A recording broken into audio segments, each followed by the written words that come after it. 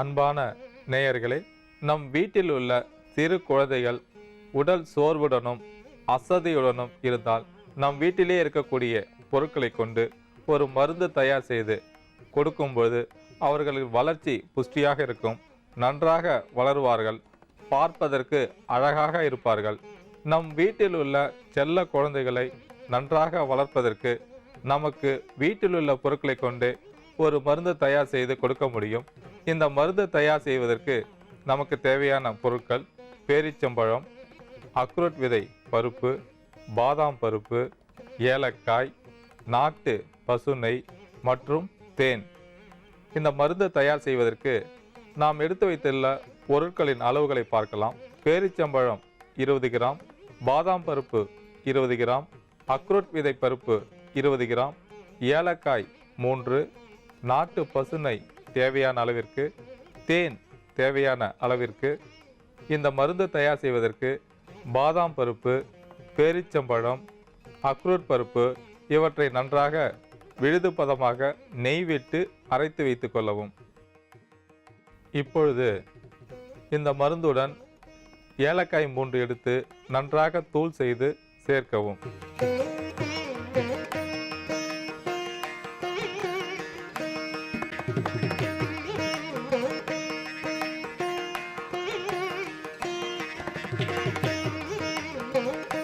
இப்பொழுது அரை தேக்கரண்டி நெய் சேர்க்கவும்.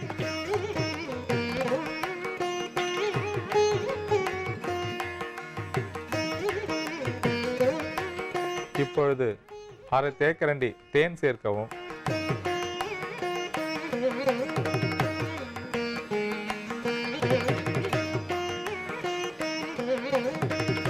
இப்பொழுது நன்றாக கலந்து சிறு சிறு உருண்டைகளாக செய்து கொள்ளவும்.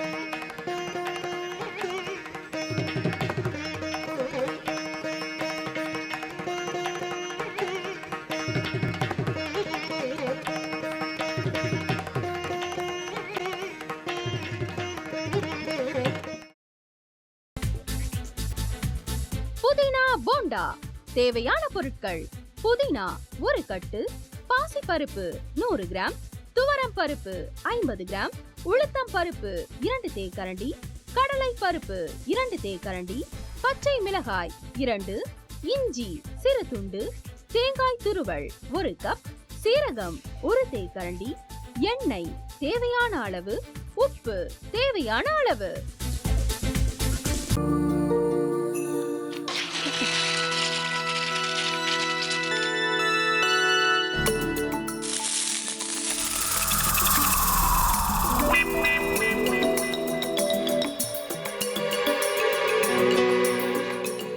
இந்த ஆம்லெட் பண்றதுக்குள்ள போதும் போதும் ஆயிடுது. தவையோட ஒட்டிக்குது.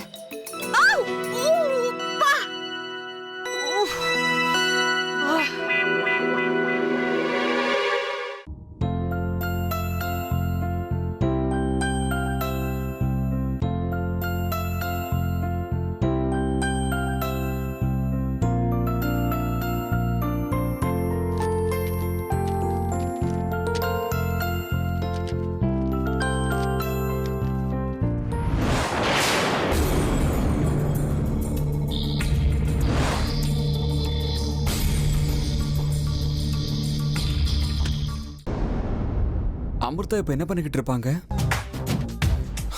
நாளைக்கு எல்லாரும் சேர்ந்து அவங்க வீட்டுல பொண்ணு கேட்கறதுக்காக போறோம். என்ன மாதிரி அவங்களும் ரொம்ப எக்ஸைட்டா இருப்பாங்களோ? அதான் ஃபோன் நம்பர் இருக்கே, ஃபோன் பண்ணி கேட்டுடலாம்.